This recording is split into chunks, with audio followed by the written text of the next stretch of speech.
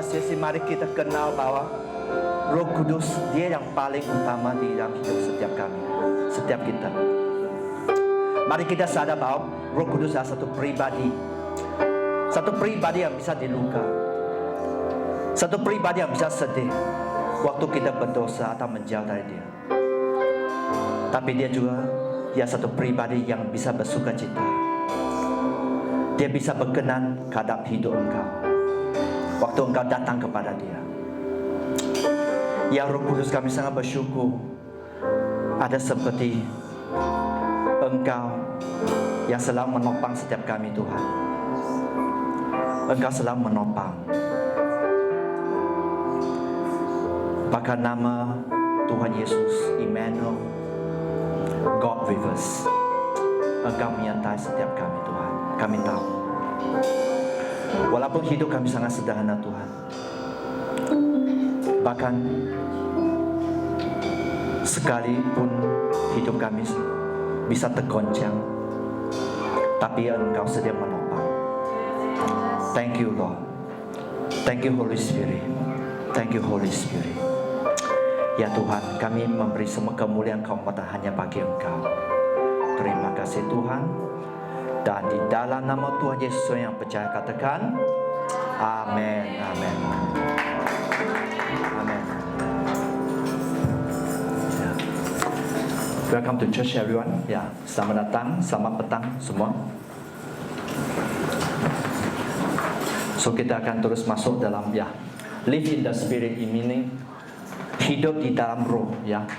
Hidup dalam roh, apakah senang? Itu bergantung kepada keputusan setiap kita sebenarnya. Hidup dalam roh bisa satu pilihan yang sangat senang, ataupun kita bisa menjadi itu susah dalam hidup kita. Ya, karena Roh Kudus dia satu pribadi. Dia selalu mau bekerja sama dengan kita. Tadi kita menyembah Tuhan, ya. Satu bagian pribadi Roh Kudus roh yang manis, dan dia juga roh yang lembut. Dia tidak akan paksa setiap kita. Tapi kalau kita rindu hidup dalam roh, pasti dia akan memampukan, ya. Dia pasti memampukan Anda, ya. Hidup dalam roh, oke? So, seterusnya saya akan share tentang seorang hamba Tuhan, yaitu Josh Mueller, ya. Seorang penginjil dan rektor di dalam panti asuhan di Bristol, Inggris, ya. Beliau berkata, ya, beliau orang berdoa sebenarnya. Dia kata, saya hidup dalam roh berdoa. Aku berdoa ketika aku berjalan, ketika aku berbaring, ketika aku bangun. Dan jawapannya selalu datang. Ribuan dan puluhan ribu kali doaku terkabul. So di sini itulah hidup di mana kita bisa sebenarnya mencontohi, ya. Waktu kita berjalan, waktu kita mengemudi, ya, waktu kita berbaring, waktu kita di mana kita berada, di tempat kerja dan sebagainya, kita bisa berdoa. Dan Anda akan lihat di mana Tuhan akan bisa menjawab doa kita. Beliau juga berkata, ketika saya yakin bahwa sesuatu itu benar demi kemuliaan Tuhan, saya terus berdoa sampai jawabannya datang. Dia akan terus berdoa sampai jawaban itu datang. So, cara Anda berdoa bagaimana sebenarnya untuk setiap kita? Kita mau hidup di dalam roh. Bagaimana cara kita berdoa? Apakah kita berdoa sampai Tuhan menjawab doa kita? Sangat penting, ya, untuk setiap kita. Saya juga bukan sempurna, tapi saya juga mau belajar bahwa mari kita belajar untuk berdoa sampai sesuatu terjadi. Karena di dalam Tuhan tidak ada yang mustahil. Di dalam bagian roh, ya, tak ada yang mustahil. Tapi sangat penting ialah waktu kita jangan berputus asa, jangan give up, ya. Seterusnya beliau juga berkata, iman tidak bekerja dalam bidang kemungkinan, ya. Tidak ada kemuliaan bagi Allah jika hal itu dimungkinkan secara manusiawi. Tapi sangat penting setiap kita, iman dimulai ketika kekuatan manusia berakhir. Waktu kita melihat seperti tidak ada solusi, inilah iman. Di mana Tuhan bisa seperti Musa melewati di mana laut Teberau terbelah untuk bangsa Israel. Impossible. Kalau kita hanya melihat, menghitung, berfikir, memang impossible. Tapi waktu kita bergantung kepada Tuhan, waktu Tuhan bekerja, nothing is impossible. Ya, so satu bagian juga beliau berkata awal dari kekhawatiran. Kekhawatiran adalah akhir dari iman. So jangan kita khawatir. Awal dari iman yang sejati adalah akhirnya dari kekhawatiran.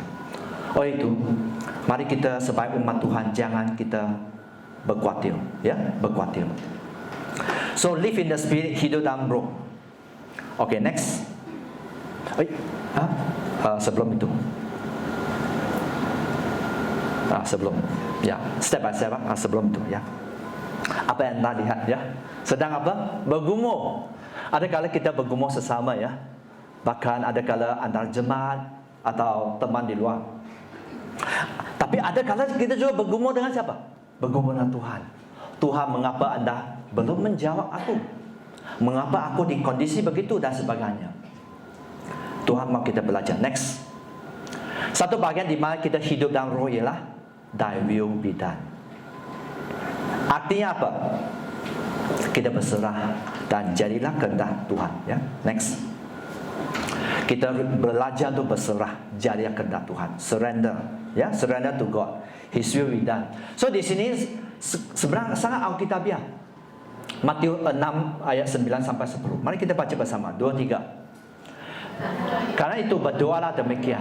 Bapa kami yang di surga, dikuduskan namamu, datang kerajaanmu, jadilah kehendakmu di bumi seperti di surga. Okay, that's all. So itu amen. Sebenarnya Tuhan mau kita, itu kerinduan Bapa supaya kehendak dia terjadi. Bukan kehendak anda atau kehendak saya, bukan. Kehendak Tuhan yang terjadi. So kalau kita memahami begitu, so kita harus cari siapa? Apakah kita mau kehendak kita? Bisa kalau kita anda yang putuskan. Tapi kalau kita mau kehendak Tuhan terjadi dalam hidup kita, karena di dalam Tuhan tak ada yang mustahil. Di dalam Tuhan bahkan ada pengharapan. Di dalam Tuhan ada kekuatan. The key is dalam Tuhan. Hidup dalam roh Tuhan, ya. So dan setiap kita pasti akan selalu bergumul dalam berapa bahagian, ya. 3 ta. Siapa masih ingat? 3 ta itu apa? Pertama, takhta, ya. Kedua, harta. Kita akan selalu bergumul dengan itu, ya. Takhta, harta dan wanita. Ada juga pria, ya. So di sini, ya, takhta berbicara apa? Takhta berbicara tentang kesombongan sebenarnya, kesombongan kita. Kita selalu kata, wah, aku yang menjadikan itu, ya. Aku mempunyai itu. Ini pelayananku. Kita bisa sangat sombong, ya. Ada orang bisa bergumul dalam bagian itu. Tapi ada juga sebagai umat Tuhan bergumul dalam bagian harta, ya, yaitu yang penting钱. Yang tahu bahasa Chinese, money. Harta, rumah, kekayaan, ya, dan sebagainya. Oleh itu, kalau orang yang lemah dalam bagian itu, apa yang akan dilakukan oleh mereka ialah mereka akan menipu, mencuri, apa-apalah, ya. Karena hitungan mereka ialah keuangan. Dan sebenarnya ada satu sebenarnya pada abad 20-an, ya. Ada seorang sangat kaya sebenarnya di Amerika. Beliau sangat, pada usia 20-an dia sudah jutawan. Lepas itu dia diberkati sangat berlimpah-limpah. Bahkan mungkin dia orang paling kaya di Amerika. Bayangkan, dia sangat kaya. Tapi satu ketika di mana cucu dia ada sakit kanker. Apakah anda bisa bayangkan kalau anda, ya, kakek nenek, ya, anda akan apa? Anda rela apa? Membayar wang medical, ya, untuk diobati, kan? Itu biasa, kan? Tapi orang dia terlalu, dia bagi tahu anak dia, terlalu banyak wang dibazir dengan mengobati cucu aku. Bisa bayangkan. So untuk orang yang mata wang, ya memang itu pergumulan, itu kelemahan. Dan dia bisa apa? Dia bisa membiarkan orang yang paling dekat menderita, ya. Dan ada orang mungkin bukan bergumul dan bahagian kesombongan atau harta, tapi bahagian wanita atau bahagian seks, ya. Ini sangat biasa. Bahkan sekarang, ya, kita ada YouTube, ada TikTok dan sebagainya. Banyak cara kita bisa akses, ya. So orang yang bergumul dan bahagian itu hawa nafsu yang liar, yang tidak terkawal. Kita nggak usah melihat berita, ya. Di firman juga disampaikan bahwa hidup Samson, ya, bagaimana dia sangat berhawa nafsu, ya. Dia lihat perempuan cantik, dia mau. Oleh itu dia apa? Direndahkan, dihina pada akhirnya, ya. Salomo kaya raya, tapi kelemahan dia ialah apa? Ya, tentang bahagian seks, ya. Dia mempunyai banyak isteri dan kunde. Bahkan kerana walaupun dia mempunyai banyak perempuan, dia bisa masih mengambil perempuan orang lain. So di sini mari kita belajar, ya. Hidup kita, kalau kita tidak hidup dalam roh, kita akan apa? Diseret. Mungkin kita akan sombong, mungkin kita hanya mata wang, mungkin kita bahkan hawa nafsu yang liar, ya. So itu mari kita belajar, ya. Hidup di dalam roh sangat penting, ya. So kita belajar untuk surrender, ya, berserah kepada Tuhan. Serah itu kelemahan, sebab Tuhan bisa melakukan sesuatu. Karena kalau anda tidak menyerahkan kelemahan anda di tangan Tuhan, anda tidak bisa mengatasi. Never. Termasuk saya juga. Saya tak akan bisa mengatasi kelemahan saya kalau saya tidak menyerah itu kepada Tuhan, ya. So di sini next di Amsal pasal 3 ayat 3, ya. Saya baca dulu, ya. Janganlah kiranya kasih dan setia meninggalkan engkau. So di sini kasih setia berbicara tentang apa? Kasih dan setia berbicara kepada Tuhan. Jangan kasih dan setia anda kepada Tuhan meninggalkan anda. Sangat penting, ya. Kalungkan itu pada lehermu dan tulis itu pada hatimu, ya. Maka akibatnya kalau kita menjaga kasih kita kepada Tuhan, ya, kalau kita menjaga tetap setia kepada Tuhan, engkau akan mendapat kasih dan penghargaan dalam pandangan Allah serta manusia. Wow. So sangat penting kita menjaga kasih kita, kasih mula-mula. Mari kita terus menjaga, kita tetap setia kepada Tuhan apapun. Bagaimana kita bisa menjaga itu? Waktu kita mata tertuju kepada Tuhan saja. Kita tak akan bisa mencintai Tuhan dengan sungguh-sungguh kalau kita melihat ke kiri dan ke kanan. Kita melihat yang nyata, yang apa yang terjadi di dunia dan sebagainya. Tentang hubungan sesama, tentang hubungan di keluarga dan sebagainya. Kita tak akan bisa mencintai Tuhan karena anda mungkin akan menuduh Tuhan, God, you fail me. Tuhan, engkau menggagalkan aku. Tapi Tuhan mengingatkan kita, ya. Janganlah kiranya kasih kepada Tuhan, jangan kiranya kesetiaan engkau kepada Tuhan, jangan itu meninggalkan engkau, ya. Supaya anda mendapat kasih dan penghargaan di dalam Tuhan, ya. So Tuhan menyatakan, okey, mari kita baca ayat 5 dan 6, ya. 2, 3. Percayalah kepada Tuhan dengan segenap hatimu dan jangan bersandar kepada pengertian sendiri. Akui dia dalam segala lakumu dan maka ia akan meluruskan jalanmu. So di sini Tuhan mau percaya kepada Tuhan bukan sederhana saja, tapi segenap hati. Bagaimana anda bisa percaya dengan segenap hati? Bagaimana anda bisa menyerahkan hidup anda kepada Tuhan? How can you surrender your life to God?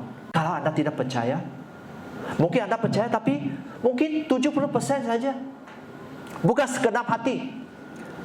So kadang-kadang umat Tuhan, mengapa mereka bisa jatuh menjalani Tuhan? Karena apa?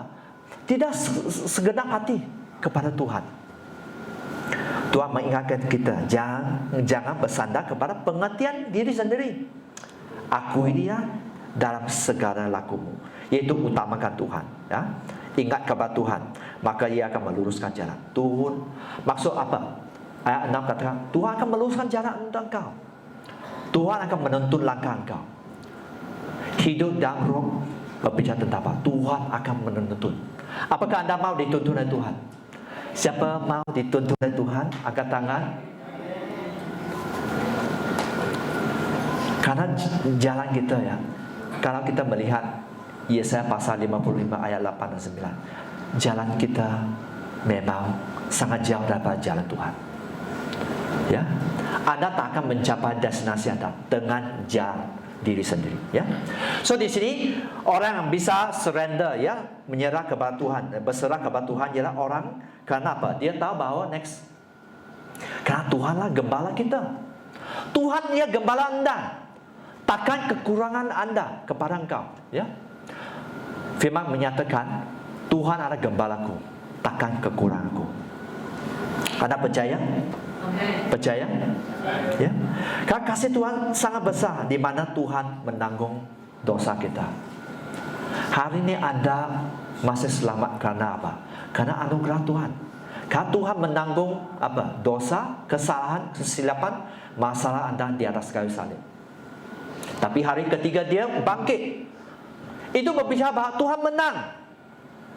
So Kristian berarti apa? Kristian sebenarnya, kalau anda memahami, Kristian adalah pengikut Kristus. Kalau Tuhan menang, umatnya juga menang. Sebenarnya itu sewajarnya sebenarnya. Tapi apakah anda menang? Do you win? Apakah anda menang? Itu sangat penting untuk setiap kita. Karena kalau Tuhan bukan gembala anda mempunyai banyak masalah. Bahkan anda akan bergumul dengan apa? 3 masalah itu, ya, tahta, ya, harta dan sebagainya. Ya. So di sini Tuhan katakan bahwa Ia akan membaringkan aku di padang berumput hijau. Ia akan membimbing aku ke air yang tenang. Ia akan menyegarkan jiwaku. Ia akan menuntun aku di jalan yang benar. Tuhan akan menuntun kalau anda mengizinkan Tuhan. Next. Sekalipun aku berjalan dalam lembah kekelaman, aku tidak takut bahaya. Engkau tak akan takut. Ya, waktu engkau takut, ada tahu, ada gembala besar, ya, ada gembala agung. Sebab Dia beserta engkau, ya. Gadamu dan tongkatmu itu yang menghibur aku. Engkau menyediakan hidangan bagiku di hadapan musuhku, ya. Engkau mengurapi kepalaku dengan minyak, pialaku penuh melimpah. Dan ayat 6 katakan, jikalau Tuhan adalah gembala anda, kebajikan dan kemurahan belaka akan mengikuti aku semua hidupku, dan aku akan diam dalam rumah Tuhan sepanjang masa. So mari kita belajar surrender, learn to surrender to God, your life. Itu satu perjalanan. Tapi kalau anda tidak mula serahkan hidup anda kepada Tuhan dengan sungguh-sungguh, anda akan berdepan dengan banyak masalah demi masalah. Bahkan di mana mungkin anda sudah mengatasi, tapi waktu anda mengandalkan kekuatan diri sendiri, anda mungkin akan bisa give up, ya, atau gagal dan sebagainya, ya. So mari kita belajar. So di sini next, ini perbuatan daging. So mungkin kita baca bersama 2-3. Galatia pasal 5 ayat 19 sampai 21. 2-3. Perbuatan daging telah nyata, yaitu pencabulan, kecemaran, hawa nafsu, penyembahan berhala, sihir, perseteruan, perselisihan, iri hati, amarah, kepentingan diri sendiri, percilinderan, roh pemecah, kedengkian, kemabukan, pesta pora dan sebagainya. Terhadap semua itu, ku peringatkan kamu, seperti yang telah kubuat dahulu, bahwa barang siapa melakukan hal-hal yang demikian, ia tidak akan mendapat bahagian dalam kerajaan Allah. So di sini ayat 21 mengingatkan setiap kita, kalau kita terus menerus mengerjakan yang daging, ya, kita akan ditolak Tuhan. Ayat 21 sangat nyata. Anda tidak akan mendapat bahagian dalam kerajaan Allah. Oleh itu, waktu Anda mempunyai takut kepada Tuhan, itu satu tanda yang baik sebenarnya.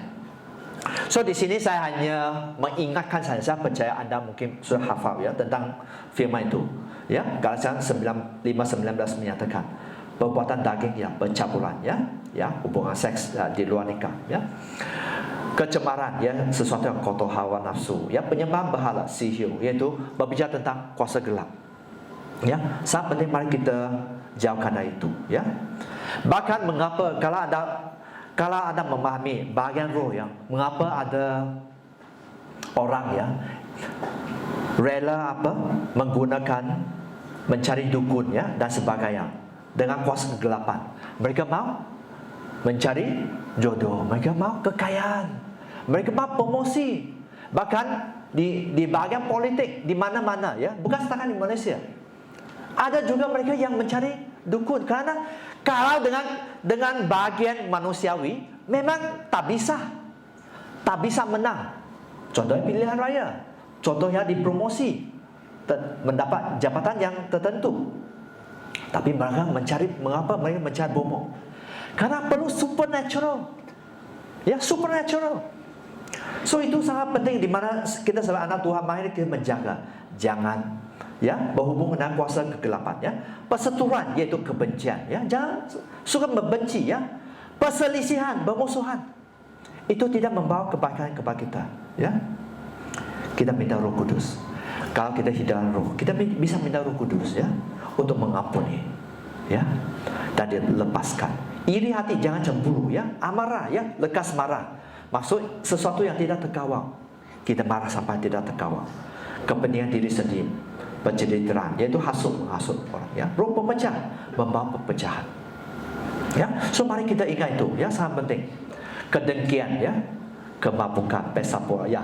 Sekarang ya ini musim apa? Ini musim gawat-gawatan ya. Ya, mungkin bukan di sini ya. Saya percaya bukan, tak ada di CST ya. Di luar saja ya. Orang belum kenal Tuhan, mereka berpesta pora, pesta yang liar ya, tidak terkendali ya, minum dan sebagainya, mempunyai hubungan dan sebagainya. So mari kita menjaga ya. So Tuhan ingatkan, kalau kita terus menerus, kan Tuhan itu panjang sabar. Panjang sabar berarti apa? Berarti ada batasnya. Dan kapan itu batas? Saya tidak tahu. Karena saya bukan Tuhan. Tapi ada satu titik di mana there's no turning back. Ya, kalau kita melihat Raja Saul ya, Raja Saul. Dia hanya apa? Dia hanya membakar korban. Itu sebenarnya jabatan nabi ya dan imam. Dia hanya membakar korban. Langsung Tuhan kata, aku sudah mencari pengganti.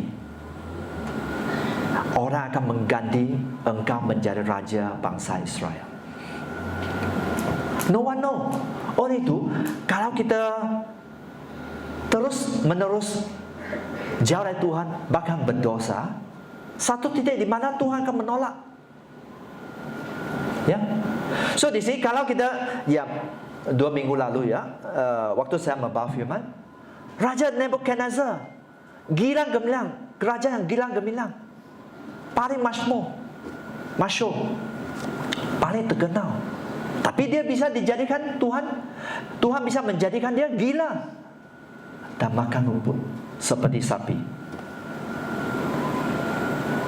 Hanya waktu dia bertobat, Tuhan memulihkan dia.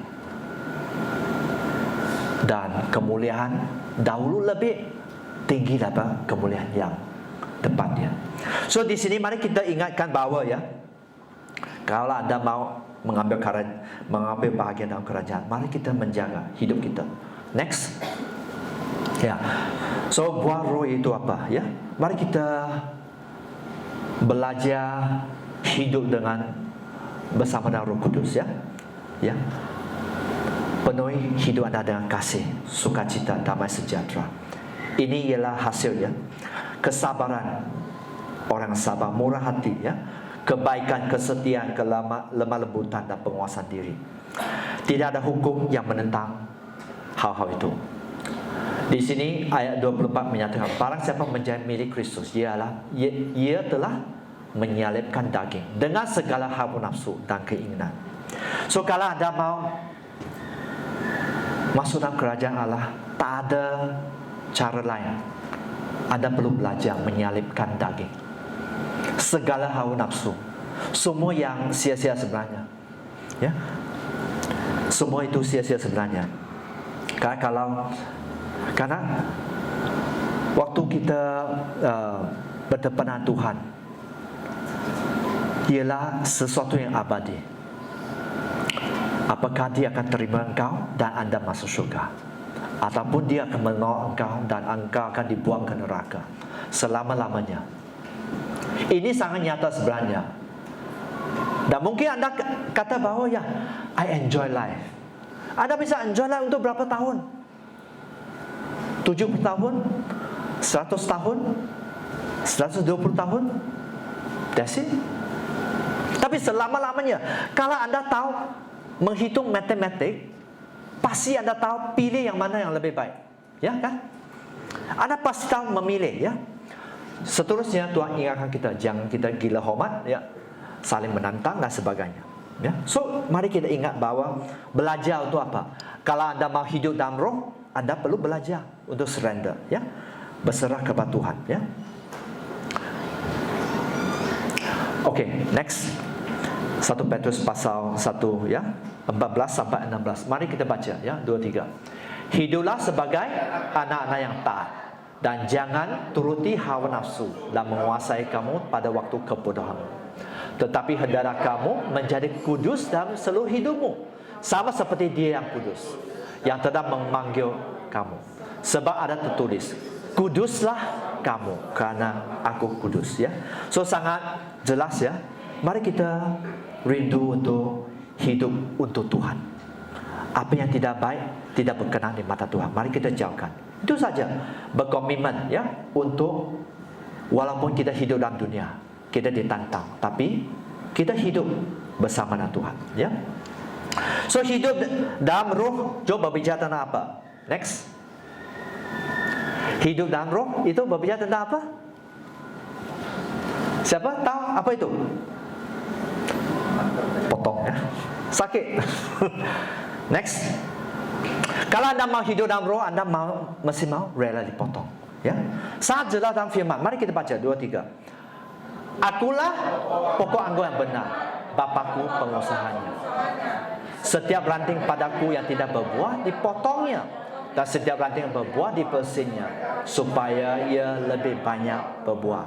So di sini Yesus kata, akulah pokok anggur yang sejati, ya.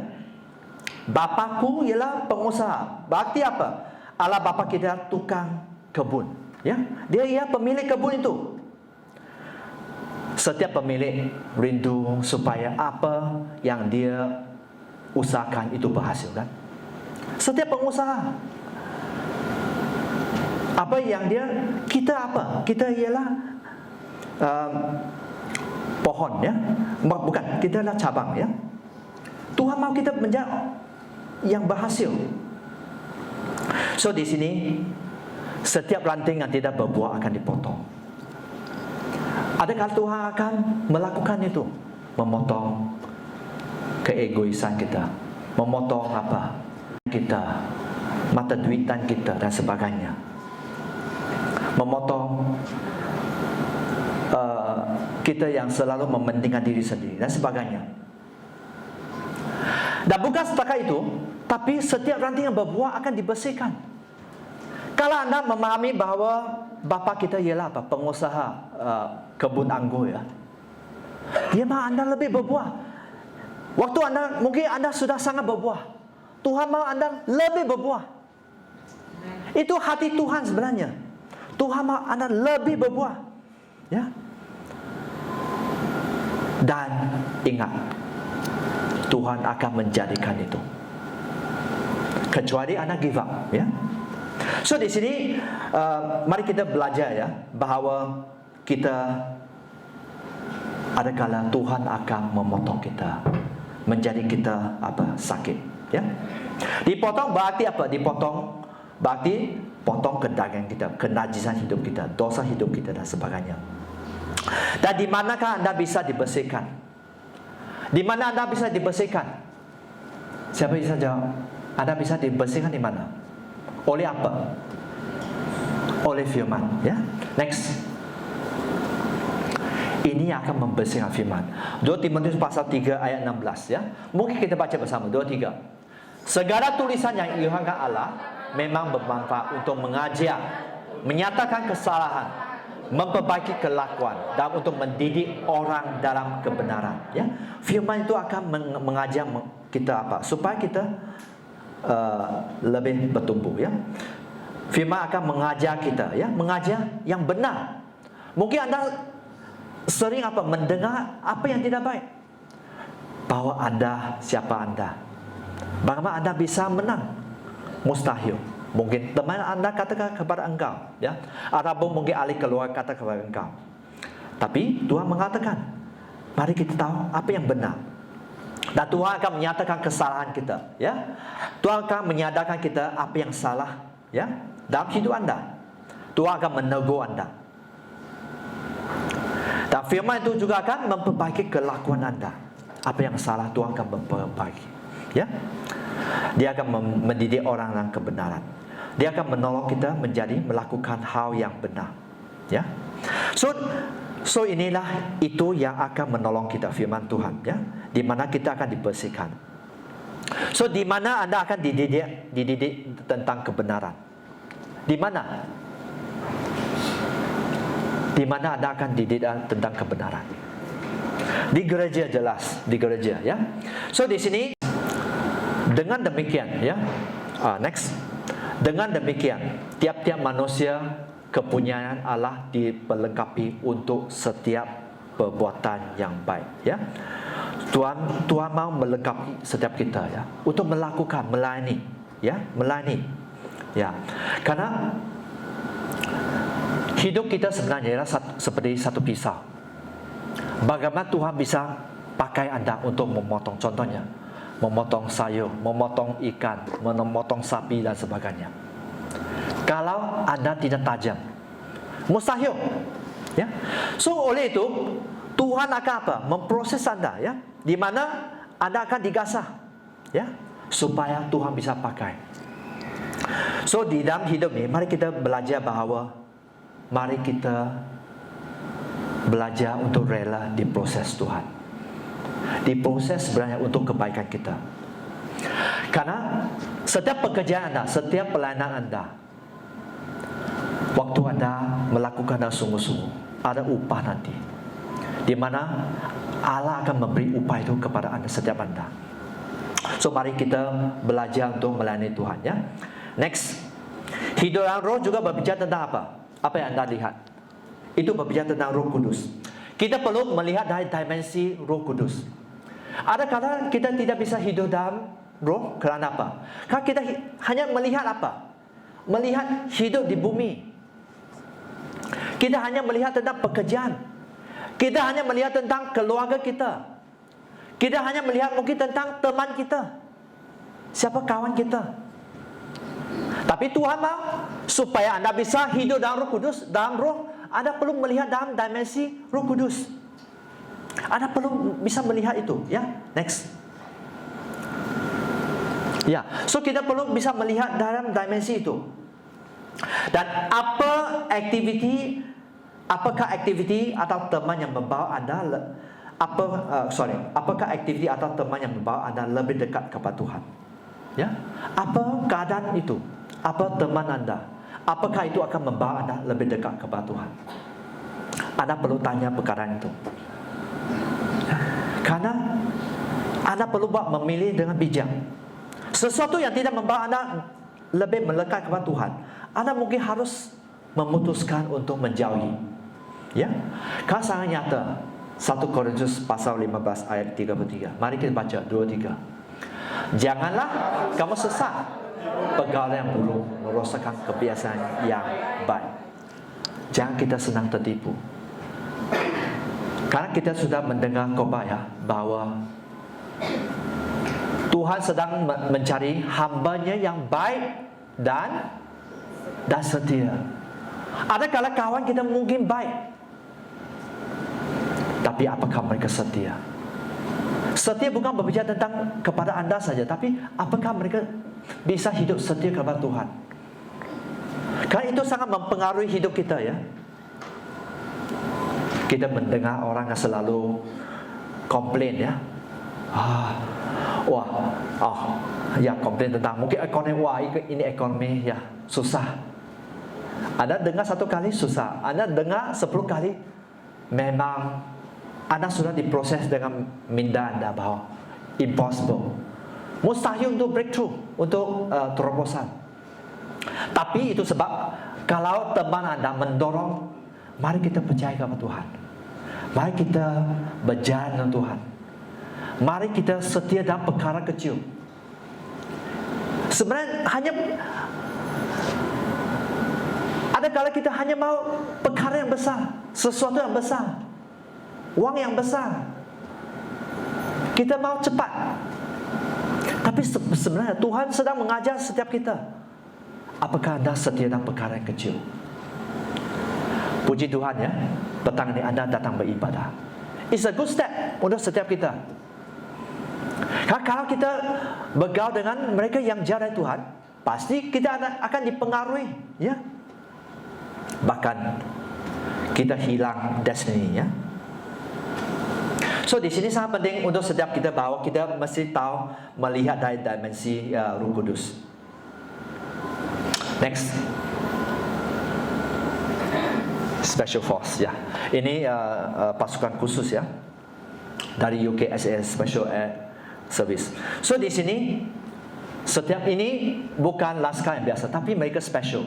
Maksud mereka akan mengerjakan sesuatu yang bahaya, dan mereka perlu dilengkapi. 100 orang masuk dalam proses dalam proses seleksi, ya. Mungkin 10 saja yang akan lolos. Sama juga kalau Tuhan mau pakai hidup anda perlu diproses. Mungkin anda kata bahwa it's very difficult, ya, sangat susah. Dan satu pengusaha yang sangat terkenal, beliau berkata, ya, resilience yaitu daya tahan yang menjadikan seorang menjadi pemenang atau sukses. Daya tahan sebenarnya bukan IQ anda, bukan betapa bijak anda atau pintar anda, tapi daya tahan.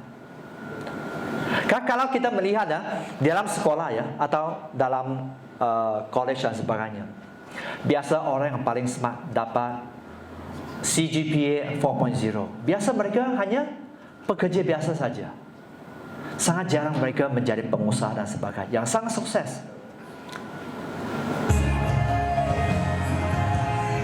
Ya, wow, ini mendorong setiap kita, ya. So mari kita memahami bahwa itu sangat penting, ya. So kita perlu memberikan daya tahan seperti pasukan khusus. Mereka perlu daya tahan yang lebih. Kalau laskar biasa perlu apa? Perlu bisa melewati sesuatu yang sulit. Mereka mungkin perlu double, perlu 3 kali lipat dan sebagainya. So di sini mari kita belajar, ya. So kerana hidup kita, ya, satu peperang rohani, ya. Hidup kita dalam peperang rohani. Next. Okay, so di Matius pasal 10 ayat 34, ya. Saya baca saja. Firman menyatakan, jangan kamu menyangka, ya, jangan kamu menyangka bahwa aku datang untuk membawa damai di atas bumi. Memang Tuhan, ya, Tuhan Raja Damai Sejahtera, tapi Dia datang juga akan membawa. So sangat penting kita memahami karakter Tuhan, ya. Tuhan datang sebagai Raja Damai Sejahtera, tapi Dia juga apa? Tuhan kata, aku datang bukan untuk membawa damai, melainkan pedang. Apa maksudnya?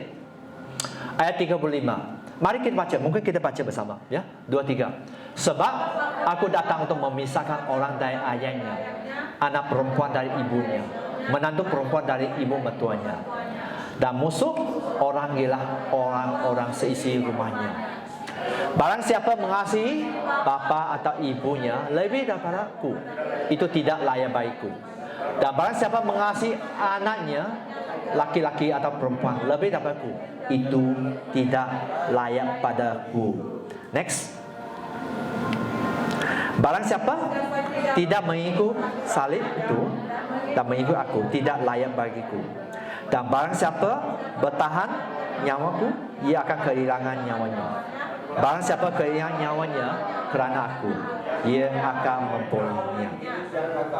Okey, kita balik ya kepada firman itu. So di sini apakah bisa kita tangkap bahawa balik ya. So di sini firman sangat jelas menyatakan bahawa kalau anda lebih mencintai sesuatu dari Tuhan, itu yang Tuhan tidak suka. Saya dulu juga, ya, dulu cinta ahli keluarga, cinta anak dan sebagainya. Tapi firman sangat jelas bahawa cinta kita jangan lebih dari itu. Mengapa? Saya mau tanya mengapa? Anda tak boleh lebih cinta kepada suami anda. Jangan cinta sangat-sangat terlalu cinta dari suami anda lebih daripada Tuhan. Maka anda tidak boleh mencintai istri anda lebih daripada Tuhan. Mengapa? Siapa boleh jawab? Siapa mau jawab? Mengapa anda tidak boleh cinta daripada anak anda? Siapa boleh jawab? Biasa kalau secara kalau kita melihat secara kenyataan, it's very normal. Saya bisa melihat dia, saya bisa mencintai istri saya yang sangat cantik. Saya bisa melihat suami saya sangat handsome, walaupun okey, tapi di handsome di mata saya, ya kan?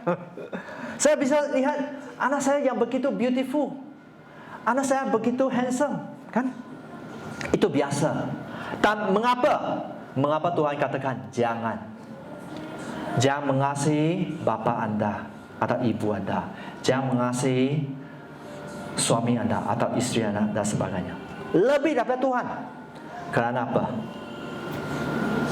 Kalau kita berfokus kepada yang duniawi, yang manusiawi, ya, kita akan kecewa. Kita akan kecewa. Yang sudah melewati hidup, ya, kita akan bisa memahaminya. Kalau satu hari, ya, mungkin suami atau istri tidak lagi mengasihi anda seperti dulu, seperti mula ada berpacaran. Atau anak kalau sudah besar, sudah terbang, sudah ada pasangan hidup, dia tak akan lagi melekat kepada anda, kan? Ada kata, karena itu ada kecewa. Tuhan, Engkau tidak adil. Saya mencurahkan begitu banyak kasih kepada anak saya, kepada suami atau istri saya. Apa yang saya dapat? So mari kita belajar, ya. Sangat penting apa yang firman katakan, tapi bukan apa yang kamu pikirkan. Apa yang firman katakan, mari kita belajar untuk mengerti, untuk kebaikan kita sebenarnya. Karena hidup ini peperangan rohani. Manusia pasti akan mengecewakan, mau tak mau, kan? Manusia, sesiapapun, ya, termasuk orang yang paling dekat bisa mengecewakan kita, ya. So sangat penting, mari kita tetap berfokus kepada Tuhan, ya. So di sini Tuhan mengingatkan kita, mari kita selalu lihat dari dimensi Roh Kudus. So di sini mari kita melihat di kitab Wahyu, ada berapa bahagian, ya. Mari kita mengingatkan next di kitab Wahyu tentang berbicara tentang gereja dan anak Tuhan, ya, yaitu Kristian sebagai anak Tuhan, ya. Di Wahyu 2 ayat 4, mari kita baca bersama 2-3. Namun demikian aku mencerangku, kerana engkau telah meninggalkan kasihmu yang mula-mula. Mengapa orang bisa meninggalkan Tuhan?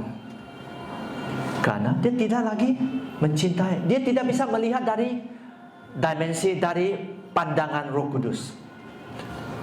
Tuhan sudah penting. Saya sudah kaya, tak payah Roh Kudus. Saya sudah ada pasang hidup. Roh Kudus tak penting. Tuhan sudah memberkati saya ada anak. Oh, puji Tuhan. Terima kasih Tuhan. Mulai hari ini keluargaku yang paling penting. Manusia begitu, ya. Sangat cepat hilang, ya. Ya, tentang menghargai, ya. Dan ayat 5 menyatakan, mari kita baca 2-3. Sebab itu, ingatlah betapa engkau telah jatuh. Bertobatlah, lakukan apa yang semula engkau lakukan. Jika tidak demikian, aku akan datang kepadamu dan aku akan mengambil kaki dianmu dari tempatnya, jikalau engkau tidak bertobat. So, sering ya kita bisa menjauh dari Tuhan, ya, meninggalkan kasih mula-mula kita. Next.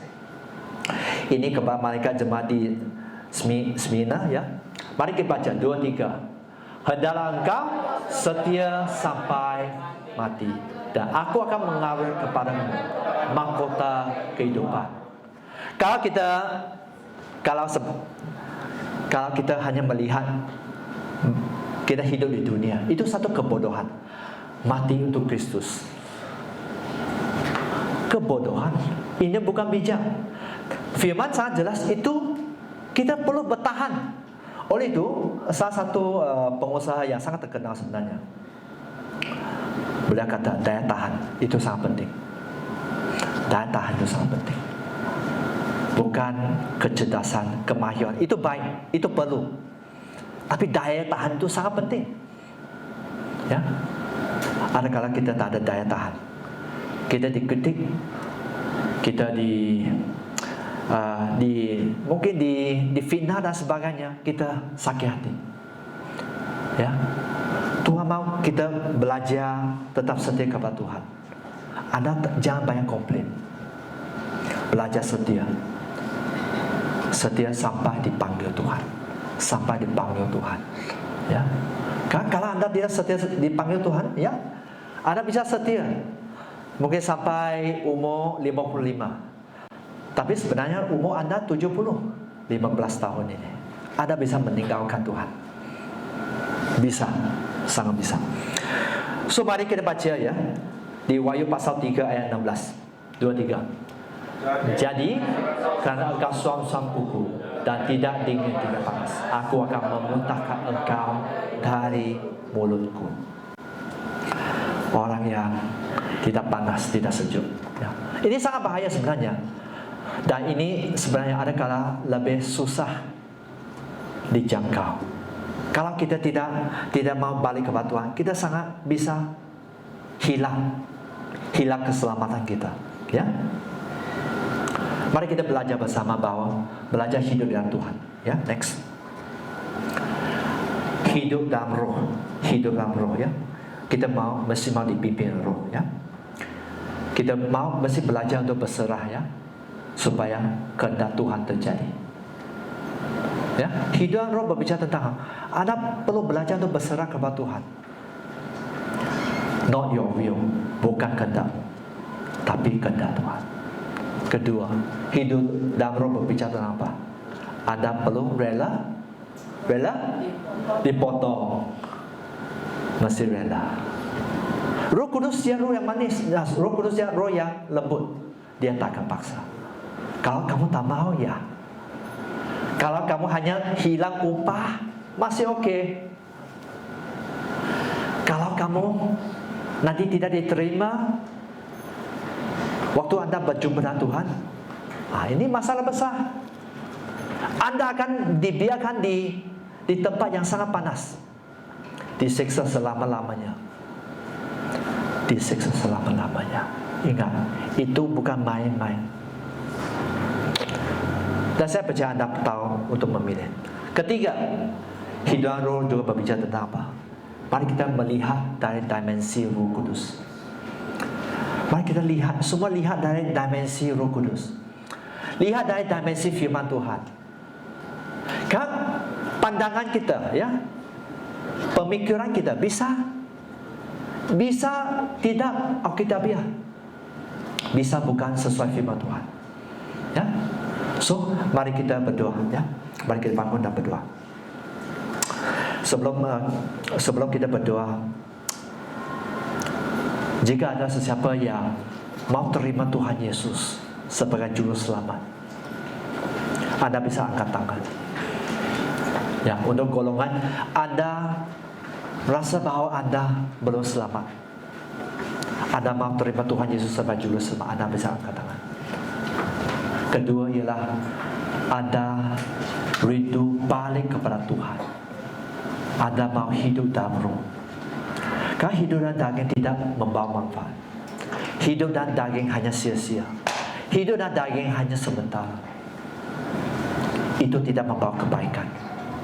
Itu hanya membawa Anda kepada kehancuran. Bahkan Anda bisa dipisahkan dari Tuhan selama-lamanya. Jika ada yang mau didoakan dalam bagian itu, Anda mau balik kepada Tuhan, Anda bisa angkat tangan juga. Ya, oke, mari kita berdoa. Ya Tuhan, kami sangat bersyukur atas anugerah-Mu Tuhan. Kami sudah mendengar firman-Mu Tuhan, supaya tetap hidup dalam roh Tuhan. Ya Tuhan, jamah setiap umat-Mu CST yang di sini Tuhan. Jamah hidup mereka Tuhan. Apa juga pergumulan mereka Tuhan. Biar mereka sadar bahwa Roh Kudus Engkau peduli. Engkau peduli. Dan kami tahu sesuai firman Tuhan, Engkau peduli, Engkau sangat peduli. Dan Engkau bisa menolong. Bahkan Engkau sedia menentu setiap hidup anak-Mu yang di sini Tuhan. Tuhan, biar mereka mempunyai hati yang lembut, biar mereka mau dituntun oleh Engkau Tuhan, supaya setiap mereka akan bisa masuk ke dalam destinasi yang sudah Kau tetapkan. Tuhan Yesus, jamah setiap umat yang di CST Tuhan, mereka bisa mendengar dari Engkau Tuhan, dan mereka sedia untuk dipimpin oleh Engkau Tuhan. Karena Engkau Yesus Kristus, Engkaulah gembala kami yang baik. Engkau gembala yang agung. Tak ada kekurangan di dalam Engkau. Tidak ada kekurangan. Dan Tuhan, Engkau terus menjamah hidup setiap umat-Mu yang di sini Tuhan. Tuhan terus bekerja dalam hidup mereka Bapa. Tuhan terus menguatkan mereka Bapa. Terus menghibur mereka Tuhan. Bahkan terus menyegarkan hidup mereka Bapa. Segar. Mereka disegarkan oleh Roh-Mu Tuhan. Mereka disegarkan oleh firman-Mu Tuhan. Mereka bisa menangkap benih yang dari firman Tuhan. Mereka bisa menangkap benih firman. Dan seperti benih itu dibuang dia di dalam tanah yang subur Tuhan, itu akan terus bertumbuh dan menjadi pohon yang berbuah, bahkan berbuah lebat. Karena isi hati Engkau sebagai pengusaha kebun anggur Tuhan, Engkau mau setiap kami berbuah lebat, berbuah lebat. Ya Tuhan, Engkau terus menjamah setiap umat-Mu yang di sini Tuhan. Jamah mereka Bapa, touch them. Let them receive a touch from heaven, oh God. Biar mereka terus hidup di dalam roh Tuhan. Hidup di dalam roh Tuhan. Ada proteksi Tuhan, ada anugerah Tuhan. Ada, yes, have the grace of God Tuhan. Have the favor of God. The favor of God be upon them, Lord. Touch each of them, Lord. Dan Tuhan, kami serahkan setiap umat-Mu yang di sini Tuhan. Ya Tuhan, terus berkaya dalam hidup mereka. Dan kami percaya You have called them as faithful, God, and You will do it, Lord. You have called them as faithful, God, and You will do it, Lord. Terima kasih Tuhan, kami mau sepakat dengan Engkau. Dan di dalam nama Tuhan Yesus, semua yang percaya katakan, Amin.